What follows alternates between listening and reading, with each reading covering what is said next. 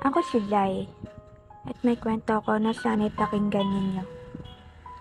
Isang kwento tungkol sa aming magkababatang si Kai.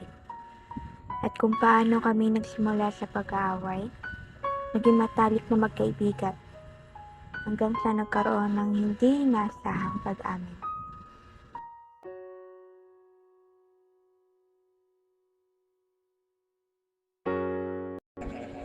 Naalala ko pa ang araw na lumipat si Kyle sa tapat ng bahay namin dito sa Cebu. Sanay ako maging sentro ng grupo ng mga kalaro sa aming kalsada. Ako ang lagi nangunguna. May kaunting pagkabosi pa nga. Kaya nang makita ko ang batang seryoso ang muka, hindi ko na lang inintindi. Pero syempre, hindi ko mapigilang sumabat. Uy, may bago. Taga saan ka? Marunong ka ba maglaro ng sipa? Kami ang panalo dito, kaya huwag kang manggulo. Ang yabang ko, no? Pero ang gulat ko nung sumagot siya ng pabalang. Bakit? Saan ba tong kalsada? Saka ano pa alam mo kung saan ako galing? Di mo ako kalaro. Napunyeta ako. Hindi ako sanay na may kumakalaban sa akin. Kaya yun, nagsimula ang aming Cold War.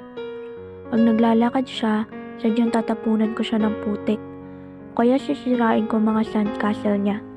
Siya naman, hindi rin papatalo. Minsan itatago niya ang bola ko, o kaya tatawagin niya akong kulit.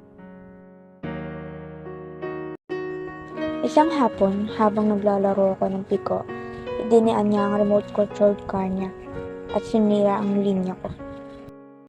Kyle, ano ba? Ang kulit mo talaga, sinisira mo laro ko. Bakit? Sa'yo ba tong kalsada? Saka ang pangit ng biko mo? Di ba uso sa inyo ang roller? Naghabulan kami at sa hindi inaasahang pagkakataon, parehas kaming nadapa sa isang maliit na kanal. Napuno kami ng putik. Imbes na magalit, pareha kaming natawa. Doon nagsimula ang lahat.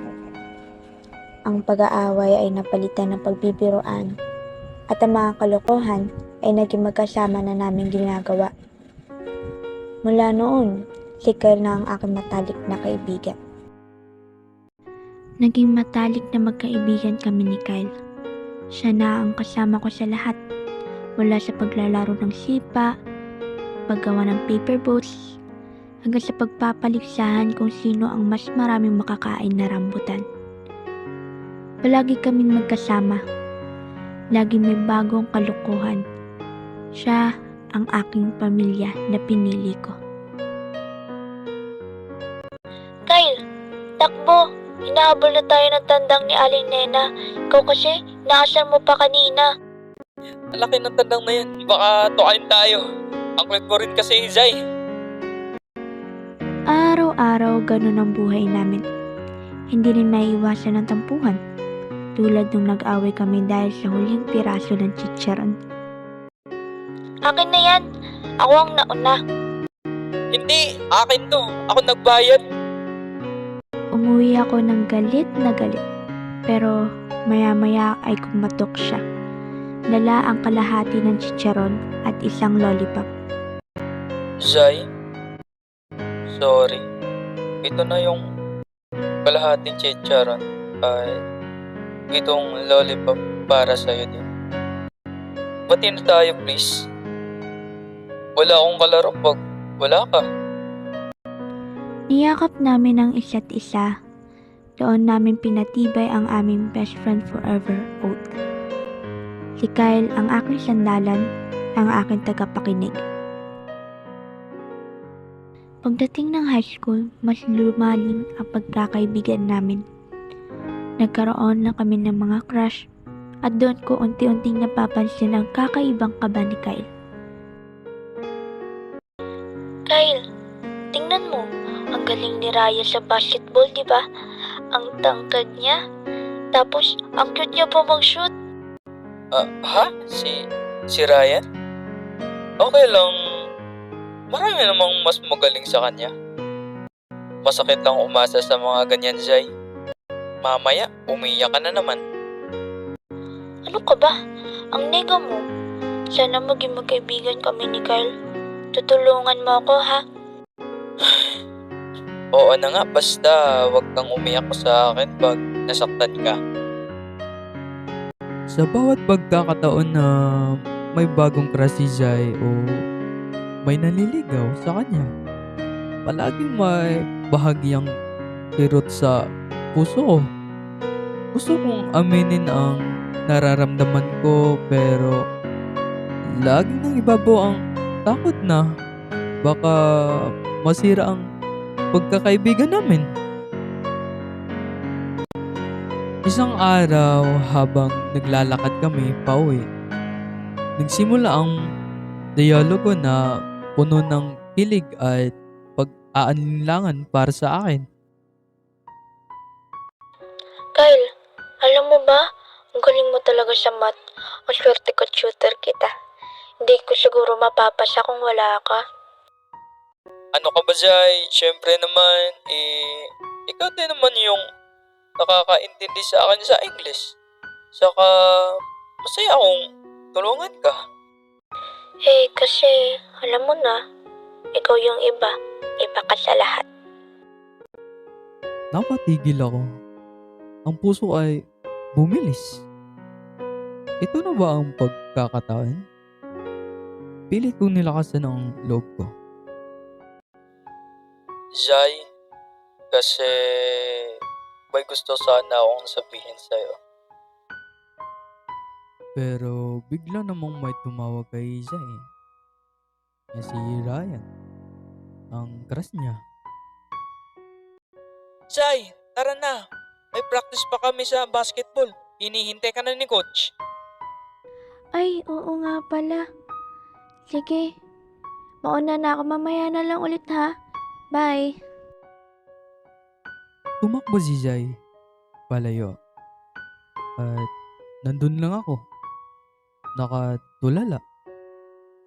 Muli nagkaroon ng timing na pumigil sa akin. Hindi ako nakasigaw ng mahal kita. Lumipas ang ilang taon at nagtapos kami ng high school at nagtuloy ng pag-aaral sa kolehiyo. Laging magkasama pa rin kami kahit na iba na ang aming mga kurso. Lalo akong nahulog sa kanya pero laging nagkaroon ng pader ng pagkakaibigan. Ang duwag kong puso ay hindi maamin ang nararamdaman. Isang gabi pagkatapos ng group study, umulan ng malakas. Napilitan kaming sumilong sa ilalim ng waiting sheet. Grabe Kyle, ang lakas ng ulan. Hindi tayo makakauwi na to. Pero buti na lang kasama kita. Oo nga. Gusto mo bang jacket ko? Baka sipunin ka. Salamat Kyle. Ang bait mo talaga. Alam mo, ikaw ang best friend ko. Sa lahat ng nangyayari sa buhay ko, ikaw ang lagi nandyan. Parang guardian angel kita. Sa mga salitang yun, nakaramdam ako ng lakas na loob. Hindi ko na kaya pang itago. Ito na ang pagkakataon. Zay, hindi lang ako guardian angel mo. May gusto akong sabihin sa'yo. Matagal na kitang mahal. Zay, hindi lang bilang kaibigan. Higit pa dun na mahal kita. Kyle? Ano sinasabi mo? Mahal kita, Zay. Mas mahal pa sa pagkakaibigan natin. Sa bawat tawanan natin, sa bawat iyakan, sa bawat kalokohan. Lalo akong nahuhulog sa'yo. Ayaw kong masira ang pagkakaibigan natin pero mas ayaw kong itago to na mahal kita, Jay. Ang puso ko ay puno-puno ng pag-asa, ngunit ang sumunod na lumabas sa bibig niya ay nagpabagsak sa akin. Kyle, I'm so sorry. Nagkaroon ng ngiti sa labi ko, pero ngiti ng sakit. Alam ko naman na ang susunod niyang sasabihin. Bakit? Sorry. Mayroon ka na bang boyfriend? Tumango ako nang may namumuong luha sa mata. Oo, Kyle. Meron na akong boyfriend. Si Jello. Matagal na rin kami. I'm so sorry. Hindi ko alam na ganyan pala yung nararamdaman mo. Kung alam ko lang sana. Para akong binuhusan ng malamig na tubig. Ang ulan ay hindi man lang nakapantay sa lamig na nararamdaman ko. Ang lahat ng lakas na loob na inipon ko ay biglang nawala. Napalitan ng patinding sakit.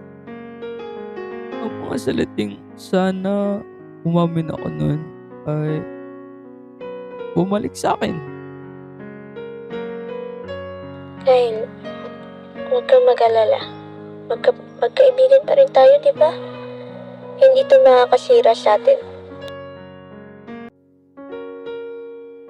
Tumingin ako sa kanya. Ang aking mata ay puno ng lupit na pilit kong itinatago.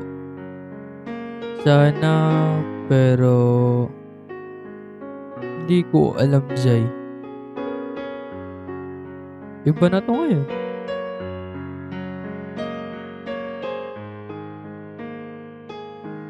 Simula noon, nagkaroon ng malaking pagbago sa aming ugnayan. Hindi mawala ang pagkakaibigan, pero hindi rin ito katulad ng dati na may namuong pader sa pagitan namin.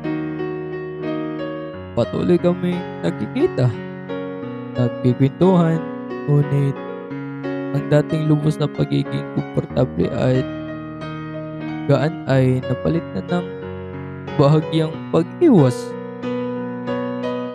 Minsan nahuhuli ko siyang nakatingin sa akin mula sa malayo. Sa mga sandaling iyon, alam kong nasasaktan ko siya. At nararamdaman ko ang tinding pagsisisi. Pagsisisi na hindi ko nakita ang halaga niya noon. Pagsisisi na hindi ko siya napansin ng mas maaga. At pagsisisi na tuwag ako para umamin. Ang kwento namin ni Kyle ay hindi nagtapos sa happily ever after tulad ng mga sa fairy tale. Ngunit ito ay isang kwento ng pag-ibig na nagkaroon ng iba't ibang anyo. Pag-ibig bilang kaibigan, pag-ibig na hindi nasuklian, at pag-ibig na nagbago sa aming dalawa. Ito ay isang paalala na ang buhay ay puno ng mga desisyon. Sa bawat desisyon, may mga puso na nasasaktan at mga pangarap na nawawasak.